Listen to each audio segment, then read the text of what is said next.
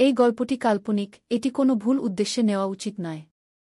আরে আমি তোমাকে কিছু জিজ্ঞাসা করছি, বেটা, তোমার মন কোথায়? নিচে বসে সবজি কাটতে কাটতে মা বলল, তখন আমার মন অন্য কোথাও ছিল। হঠাৎ মন ফেরাতে গিয়ে বললাম, কি বলছিলে মা? তখন মা আবার বলল, আমি বলছিলাম যে আজকাল তোমার কাজ অনেক বেড়ে গেছে মনে হচ্ছে। আমি উত্তর দিয়ে বললাম, হ্যাঁ মা, অনেক বেড়ে গেছে। এখন তো সময় পাওয়া যায় না। তাই এখন আমি গ্রাহকদের ডিমান্ড পূরণ করতে ব্যস্ত আছি। শুধু কিছুদিন অপেক্ষা করো, সব শেষ হয়ে গেলেই আমি তোমাকে ফ্রি পাবি। নমস্কার বন্ধুরা, আজকের এই গল্পে আপনাদের স্বাগতম। আমার নাম অভয় এবং আজ আমি আপনাদের আমার এবং আমার মায়ের গল্প শোনাতে যাচ্ছি। আমার বাবা মায়ের বিবাহবিচ্ছেদ তাদের বিয়ের ৫ম বছরে হয়েছিল। তখন আমার বয়স মাত্র ৪ বছর ছিল এবং আমার মা ছিলেন ২৪ বছরের। তখন আমার নানা আমার মাকে তার দ্বিতীয় বিয়ের জন্য বলেছিলেন, কিন্তু মা তখন স্পষ্টভাবে বিয়ে করতে অস্বীকার করেছিলেন। তখন কোর্টের রায় অনুযায়ী বাবা প্রতি মাসে ১০,০০০ টাকা এবং থাকার জন্য একটি বাড়ি দিয়েছিলেন, যার মাধ্যমে আমাদের সব প্রয়োজন মিটে যেত। তখন আমরা একটি সোসাইটিতে একটি বেডরুম এবং একটি কিচেনের ফ্ল্যাটে থাকতাম। তখন বাড়িতে শুধু আমি এবং মা ছিলাম, তাই আমরা দুজনেই একে অপরের সাথে কথা বলতাম। আমার মায়ের স্বভাব কিছুটা কঠোর ছিল, কিন্তু আমরা দুজনেই একে অপরের খেয়াল ভালোভাবে রাখতাম। এখন আমার বয়স ২৮ বছর এবং আমার মা ৪৮ বছরের। আমি গ্র্যাজুয়েশনের পর ফ্যাশন ডিজাইনিংয়ের কোর্স করেছিলাম এবং একজন বড় ডিজাইনার সাথে কাজ শুরু করি। সেখান থেকে অনেক কিছু শেখার পর আমি নিজের একটি সেলাইয়ের দোকান খুললাম, যা ধীরে ধীরে ভালো চলতে শুরু করল। এখন আমার সাথে শুধু টেইলার কাজ করে। একদিন সকালে মা সবজি কাটছিলেন, তখন তিনি আমাকে জিজ্ঞাসা করলেন, অভয়, তুমি কোন ধরনের কাপড় বানাও? আমি বললাম, সব ধরনের কাপড়। কেন মা, কেন জিজ্ঞাসা করছ? তিনি বললেন, এমনি। তারপর মা জিজ্ঞাসা করলেন, শাড়ি, ব্লাউজ, সালোয়ার, ঘাগরা, চোলি এসবও বানাও কি? আমি বললাম, হ্যাঁ মা, সব বানাই। তখন মা বললেন, তাহলে তো তোমার সেলাইয়ের দোকানে প্রতিদিন অনেক মহিলা আসে। এতে আমি বললাম, হ্যাঁ মা, ব্যবসা করেছি, তাহলে পুরুষ মহিলা সবাই তো আসবেই। তারপর মা আরও জিজ্ঞাসা করলেন, তাহলে বেটা, মহিলাদের মাপ কে নেয়? কোনো লোক রেখেছ কি? তখন আমি বললাম, হ্যাঁ মা, সব ম্যানেজ হয়ে যায়। আজকাল সব চলে। কিন্তু তুমি এত কেন জিজ্ঞাসা করছ? এতে মা বললেন, আমিও কিছু ব্লাউজ সেলাই করাতে চাই। আমার যে বন্ধু ছিল সে এখন কাজ ছেড়ে দিয়েছে। আমি বললাম, মা, তুমি এতক্ষণ ধরে পাজল কেন বানাচ্ছিলে? যদি তোমার ব্লাউজ বানাতে চাও, তাহলে এতে সমস্যা কি? তুমি তোমার পুরানো ব্লাউজ দিয়ে দাও, আমি টেইলারকে দিয়ে দেব, সে বানিয়ে দেবে, তারপর এনে তোমাকে দিয়ে দেব। এত শুনে মা বললেন, আমার কোনো ব্লাউজ এখন ফিট হয় না, নতুন মাপ নিতে হবে। এতে আমি বললাম, ঠিক আছে মা, আমি টেইলারকে বলে দেব, কাল টেইলার এসে তোমার মাপ নিয়ে নেবে। এখন তো কোনো সমস্যা নেই, তাই না? তখন মা বললেন, বেটা, আমার মনে হয় না যে আমি কোনো অপরিচিত লোককে আমার মাপ নিতে দেব। আমি বললাম, মা, যদি তুমি মাপ না দাও, তাহলে ব্লাউজ কেমন করে সেলাই করবে? তারপর কিছুক্ষণ ভেব ০০ বাজে যখন আমি বাড়ি পৌঁছলাম তখন মা রান্নাঘরে ছিলেন। তিনি আমাকে বললেন, বেটা, এসে গেছিস? সামান নিয়ে এসেছিস? তখন আমি বললাম, হ্যাঁ, সব নিয়ে এসেছি। এখন তুমি দ্রুত তোমার কাজ শেষ করো। কিছুক্ষণ পরে মা আমার কাছে এসে বসলেন এবং অ্যালবাম দেখতে লাগলেন। তখন তিনি হালকা হলুদ রঙের শাড়ি পরেছিলেন এবং তার শাড়ির কাপড় এত পাতলা ছিল যে শরীরের রূপরেখা দেখা যাচ্ছিল। তখন আমি মাকে দেখতে দেখতে হারিয়ে গেলাম। ঠিক তখনই তিনি জোরে বললেন, অভয়, শুনছিস তো? তখন আমি চমকে বললাম, হ্যাঁ, কি হয়েছে মা? তখন মা অ্যালবাম দেখিয়ে বললেন, এত ছোট ব্লাউজ আমি কিভাবে পরতে পারি? আমার এই ডিজাইন পছন্দ না কি? তখন আমি বুঝিয়ে বললাম, আরে, এসব তো শুধু ডিজাইন দেখানোর জন্য। তুমি যেভাবে পছন্দ করো সেভাবে সেলাই করে নিও কি? কিছু বিতর্কের পরে মা রাজি হলেন এবং বললেন, ঠিক আছে, চল ভিতরে মাপ নিয়ে নিই কি? তখন আমরা বেডরুমে গেলাম। তারপর আমি মাপ নেওয়ার জন্য টেপ বের করলাম। তখন মা দাঁড়িয়ে বললেন, সঠিকভাবে মাপ নিও, যাতে পরে কোনো সমস্যা না হয়। তখন আমি আমার মায়ের মাপ নেওয়ার জন্য প্রস্তুত হলাম। নিজের মন ও শরীরে পাথর রেখে আমি এই কাজ শুরু করলাম। আমি পুরো চেষ্টা করছিলাম যেন এই কাজ একজন পেশাদার দর্জির মতো করি, কিন্তু এই সময় আমার হৃদস্পন্দন বেড়ে গেল। ঠিক তখনই মা আরও কাছে এসে আমাকে বললেন, চল, দ্রুত কর, আমার আরও কাজ আছে কি? তারপর আমি মাপ নেওয়া শুরু করলাম এবং প্রথমে মায়ের বাহু, কাঁধ এবং কোমরের মাপ নিলাম। কিছুক্ষণ থেমে আমি মাকে জিজ্ঞাসা করলাম, মা, ব্লাউজের নিচের পাটটি এত ছোট কেন?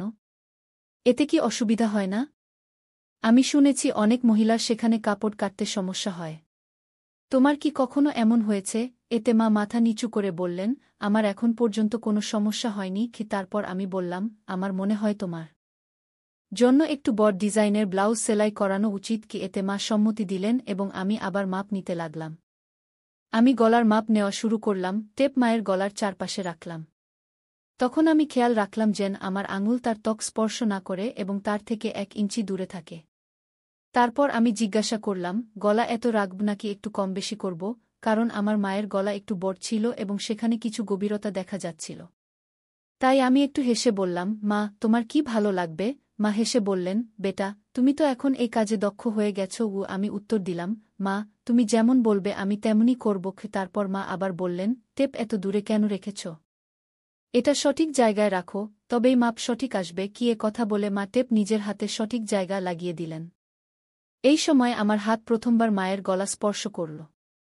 তখন আমার মনে হলো যেন আমাকে জোরে একটা ঝাঁকুনি দেয়া হয়েছে, কিন্তু আমি নিজেকে নিয়ন্ত্রণে রাখলাম এবং সেই মুহূর্তের পুরো আনন্দ নিলাম। ঠিক তখনই মা বললেন, এই পুরনো ব্লাউজগুলো এখন টাইট হয়ে গেছে। এখন আমি একটু উঁচু এবং গভীর গলার ব্লাউজ সেলাই করানোর ভাবছি। তুমি কি মনে করো ভয়? তুমি তো এত মহিলার কাপড় সেলাই করো, বলো আমার শরীরের জন্য কি এবং কিভাবে ভালো লাগবে? তখন আমি ভাবলাম, যদি আমি এখন আর এক ধাপ এগিয়ে না যাই, তাহলে আমি নিজের মধ্যে সীমাবদ্ধ থেকে যাব। তাই আমি বিভিন্ন কৌশল যখন তাকে দেওয়া হলো, তখন তার মুখে একটি প্রশ্নবোধক ভাব ছিল। তারপর আমি বললাম, মা, সব বলছি, একটু অপেক্ষা করো, আগে একটু পানি খেয়ে আসি। তোমার কি দরকার? তখন সে মাথা নেড়ে না করে দিল। তারপর আমি রান্নাঘরে গিয়ে পানি খেয়ে নিজেকে একটু ঠিক করলাম। তারপর ভাবতে লাগলাম, এখন এইসব করতে গিয়ে আমি পরবর্তী কোনো পদক্ষেপ নেব। তখন আমার মনে 2-3টি বিকল্প এলো। তারপর আমি আবার বেডরুমে ফিরে এলাম। তখন মা তার পল্লু আবার কাঁধে ঠিক করে নিয়েছিলেন। কিন্তু 6 ফুটের বড় আয়নার সামনে তিনি অত্যন্ত সুন্দর দেখাচ্ছিলেন, যাকে আমি আয়নাতেই দেখতে লাগলাম।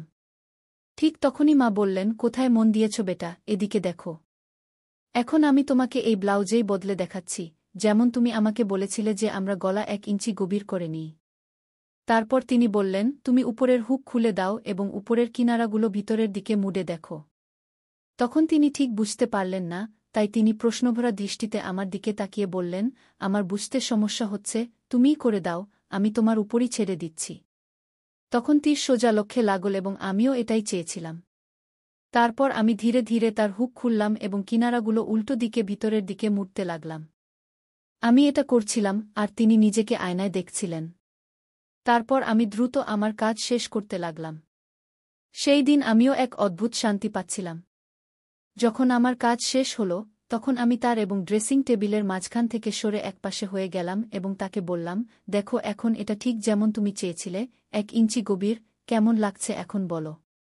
তারপর মা ব্লাউজের দিকে তাকালেন এবং আমাকে বললেন, অভয়, সত্যি বলছি, এমন গলায় আমার খুব আরাম লাগে। এমন ব্লাউজ পরলে মনে হয় না যেন হাঁসকে জলে ভাসিয়ে দেওয়া হয়েছে। তারপর আমি বললাম, মা, রাগ করো না, কিন্তু একটা কথা বলি। এখন আমি পরবর্তী পদক্ষেপ নিয়ে তাকে আরও স্বাচ্ছন্দ্য বোধ করানোর চেষ্টা করতে চাই। তখন মা হেসে বললেন, না রে অভয়, আমি তোমার উপর কিভাবে রাগ করতে পারি? বলো না, যা বলতে হবে। তখন আমি সতর্কভাবে বললাম, এত গভীর গলার ব্লাউজে সবকিছু খুব বেশি দেখা যায় এবং এটা একটু অদ্ভুত লাগে। এটা শুনে মা তার ব্লাউজের 3 ইঞ্চি ভিতরের দিকে মুড়ে নিলেন এবং হেসে বললেন, আমাকে কে দেখবে অভয়? বাড়িতে তো আমরা দুজনেই থাকি, আর বাইরে আমাকে খুব কমই যেতে হয়। যাই হোক, তোমার সামনে আমার কোনো সমস্যা হয় না। আমি বললাম, মা, আমি মনে করলাম তোমাকে বলে দেওয়া জরুরি, তারপর তুমি যেমন বলবে তেমনি হবে। এতে মা হেসে বললেন, ঠিক আছে বাবা, এখন তুমি করো। তারপর আমি বললাম, আমি তোমাকে ঠিক যেমন বলছিলাম তেমন ব্লাউজ দেখাচ্ছি। তারপর আমি তার একদম সামনে গেলাম। যেই আমি তার কাছে গেলাম, তিনি একটু এগিয়ে এলেন। তারপর আমি ব্লাউজের হুক আবার লাগানোর জন্য ব্লাউজ ঠিক করতে শুরু করলাম। তারপর ফটো তোলার পর আমি তাকে আবার ঠিকমতো পরিয়ে দিলাম। তারপর আমি তার দুটি কাঁধের পাশ থেকে ব্লাউজের কিনারা ধরে একটু টান দিলাম, যাতে তার কাঁধ স্পষ্ট দেখা যায়। ব্লাউজ এখন ঢিলা হয়ে গিয়েছিল এবং তার কাঁধ প্রায় উন্মুক্ত হয়ে গিয়েছিল। এরপর আমি নিচ থেকে দুপাশে আমার দুটি আঙুল ভিতরে ঢুকিয়ে দিলাম এবং তা সহজেই ব্লাউজের ভিতরে চলে গেল। তখন তিনি আমার দিকে তাকিয়ে বললেন, কি করছো বেটা? আমি কিছু বুঝতে পারছি না। 1 মিনিট অপেক্ষা করো মা। আমি মাথা নেড়ে বললাম এবং তারপর আমার কাজে লেগে গেলাম। এখন আমি তার ব্লাউজের নিচের কিনারা ধরে একটু নিচে টান দিলাম। তারপর আমি তার ব্লাউজের নিচের দুটি হুক খুলে দিলাম। এখন তার গলার কাটিং একটু দেখা যাচ্ছিল। এখন সব কাজ শেষ করে আমি একটু পিছিয়ে গিয়ে তাকে একবার দেখলাম এবং তারপর কিনারায় চলে গেলাম। এখন তার গলা বড় হয়ে গিয়েছিল কিন্তু বেশি গভীর ছিল না। তখন আমি লক্ষ্য করলাম যে তার মুখে সন্তোষ দেখা যাচ্ছিল না, সম্ভবত তিনি আরও গভীর গলা চেয়েছিলেন। তাই আমি জিজ্ঞাসা করলাম, কি হলো মা, এটা কি ঠিক লাগছে না? তখন মা হাত রেখে শরমে হেসে বললেন, না রে, আমার গভীর গলা ভালো লাগে, নইলে মনে হয় কেউ শক্ত করে বেঁধে দিয়েছে। তার কথা শুনে আমার মনে হলো যেন 440 ভোল্টের শক লাগল। তারপর তিনি বললেন, আরে এটা অনেক সময় শুধু দড়ির কারণেই হয়, একটা কাজ করো, তুমি কি শুধু ব্লাউজেই মাপ নিতে পারো? যাই হোক, আমার এমন একটি ব্লাউজ চাই যাতে নিচে কিছু পরার দরকার না হয়, যদি মাপ ঠিকমতো নাও তাহলে ভালো হবে। আমি বললাম, হ্যাঁ মা, এটা ঠিকই থাকবে, কিন্তু বাকি ব্লাউজের জন্য তো নিচে পরা জরুরি হবে, নইলে সেগুলো টাইট হয়ে যাবে। তখন মা মাথা নেড়ে বললেন, ঠিক আছে, তুমি এখানেই অপেক্ষা করো, আমি আসছি। তারপর তিনি বাথরুমে চলে গেলেন এবং দরজা একটু খুলেই রেখে দিলেন। তখন মনে হলো দরজার পিছন থেকে উকি দিই, কিন্তু আমি সংযত থাকলাম, কারণ আমি ঠিক করেছিলাম ধীরে ধীরে মাকে আমার সামনে স্বাচ্ছন্দ্য বানানো হলো। তারপর 5 মিনিট পর মা বাইরে এলেন এবং আমার সামনে এসে দাঁড়ালেন। তখন এক পলকের জন্য আমি তার দিকে তাকালাম এবং তাকিয়ে হতবাক হয়ে গেলাম, কিন্তু আমি কোনো প্রতিক্রিয়া দিলাম না এবং আমার কাজে লেগে গেলাম।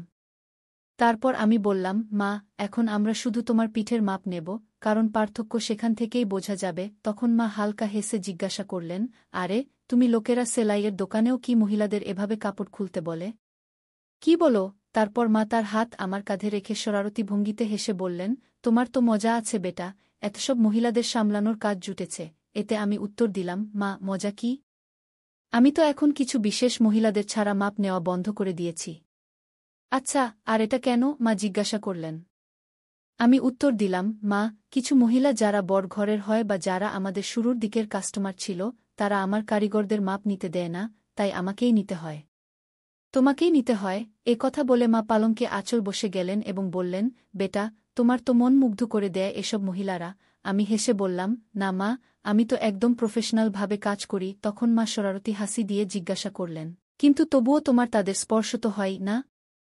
সত্যি বলো? এতে আমি একটু লজ্জা পেয়ে বললাম, হ্যাঁ, হয়, কিন্তু তারা কিছু বলে না, কারণ তারা আমার সামনে নিরাপদ বোধ করে। তখন মা হেসে বললেন, আমার বেটা কত বুদ্ধিমান। এ কথা বলে তিনি আমাকে গলায় জড়িয়ে ধরলেন। এত ঠান্ডা রাতে তার গলায় জড়ানোতে তার গরমাহাত আমার গায়ে লাগতে শুরু করল। তারপর একটু পা টেনে মা জিজ্ঞাসা করলেন, বেটা, তুমি এসব কথা কোথায় শিখলে? আমি বললাম, মা, এসব মহিলাদের কাছ থেকেই। তারা এত আলাদা আলাদা শব্দ বলে যে কি বলবো। তখন মা মজা করে বললেন, আচ্ছা বেটা, তুমি আমাকেও কিছু শেখাও। আমি বললাম, না মা, তুমি হাসবে এবং বলবে, এসব আমার কি করে জানা? মা বললেন, না বেটা, আমি বুঝি তুমি এখন বড় হয়ে গেছ, কিন্তু আমাকেও এটা বুঝতে হবে যে তোমার কি জানা আছে আর কি নেই। তখন আমি হিম্মত জোগাড় করে মায়ের সাথে কিছু কথা শেয়ার করলাম। মা আত্মবিশ্বাসের সাথে বললেন, আরে বাবা, তোমার তো সব জানা আছে। আমি হেসে বললাম, চলো, ছেড়ে দাও এসব। এখন তোমার নতুন ডিজাইনের ব্লাউজ নিয়ে আসি। তারপর আমি উঠে দাঁড়িয়ে জিজ্ঞাসা করলাম, হাত লাগালে চলবে তো? মা নিজেকে শব্দ দেখানোর চেষ্টা করে বললেন, আরে হ্যাঁ বেটা, আমার তোমার উপর পূর্ণ বিশ্বাস আছে। আর কি, তুমি এত তাড়াতাড়ি সব কিছু ফিট করে ফেলেছ? তখন মা একটু জোরে হেসে বললেন, বেটা, দেখো তো কোথাও কিছু আর লাগানোর আছে কি না। তার এই মজা ক্যাবিনেট থেকে একটি গাউন বের করে দেখাতে বললাম এবং বললাম, দেখো, এটি স্লিভলেস, কিন্তু এর ম্যাটেরিয়াল খুবই আরামদায়ক। এটি পরে দেখো, যদি ভালো লাগে তাহলে এই ডিজাইনে আরও কিছু বানিয়ে দেব। মা একটু দ্বিধা করলেন, কিন্তু তারপর বললেন, ঠিক আছে, এটি পরে দেখি। তিনি গাউন নিয়ে বাথরুমে চলে গেলেন। তখন আমি একটু নার্ভাস ছিলাম, কিন্তু নিজেকে শান্ত রাখার চেষ্টা করছিলাম। কিছুক্ষণ পর মা বাইরে এলেন। গাউনে তিনি খুব সুন্দর দেখাচ্ছিলেন। এসে তিনি জিজ্ঞাসা করলেন, কেমন লাগছে বেটা? আমি বললাম, খুব ভালো লাগছে, তোমার উপর এই ডিজাইন খুব সুন্দর মানাচ্ছে। তারপর মা আয়নায় নিজেকে দেখলেন এবং হালকা করে হাসলেন। তারপর তিনি বললেন, হ্যাঁ, এটি সত্যিই খুব আরামদায়ক লাগছে। তারপর আমি মাকে বললাম, তাহলে নিশ্চিত, এখন আমি এমন আরও 2-3টি ডিজাইন তৈরি করে দেব। মা বললেন, ঠিক আছে, কিন্তু খেয়াল রাখবে যেন ম্যাটেরিয়াল সবসময় এমনই থাকে এবং হ্যাঁ, গলা একটু গভীর হলে আরও ভালো হবে। তারপর আমি সম্মতিতে মাথা নাড়লাম। এ কথা বলতে বলতে মা আবার সাধারণ পোশাকে ফিরে এলেন। তারপর আমাদের কথোপকথন সেখানেই শেষ হয়ে গেল। শেষ পর্যন্ত আমি অনুভব করলাম যে মায়ের সাথে এই কথোপকথন শুধু তার আরামের জন্য ছিল না, বরং একটি নতুন দৃষ্টিভঙ্গি বোঝার জন্যও ছিল। এটি এমন একটি মুহূর্ত ছিল যেখানে আমরা দুজনেই একে অপরের অনুভূতিকে আরও ভালোভাবে বুঝতে পেরেছিলাম। তাই বন্ধুরা, এটা ছিল আমাদের আজকের ছোট্ট গল্প। আপনাদের এই গল্প কেমন লাগলো কমেন্ট করে অবশ্যই জানাবেন।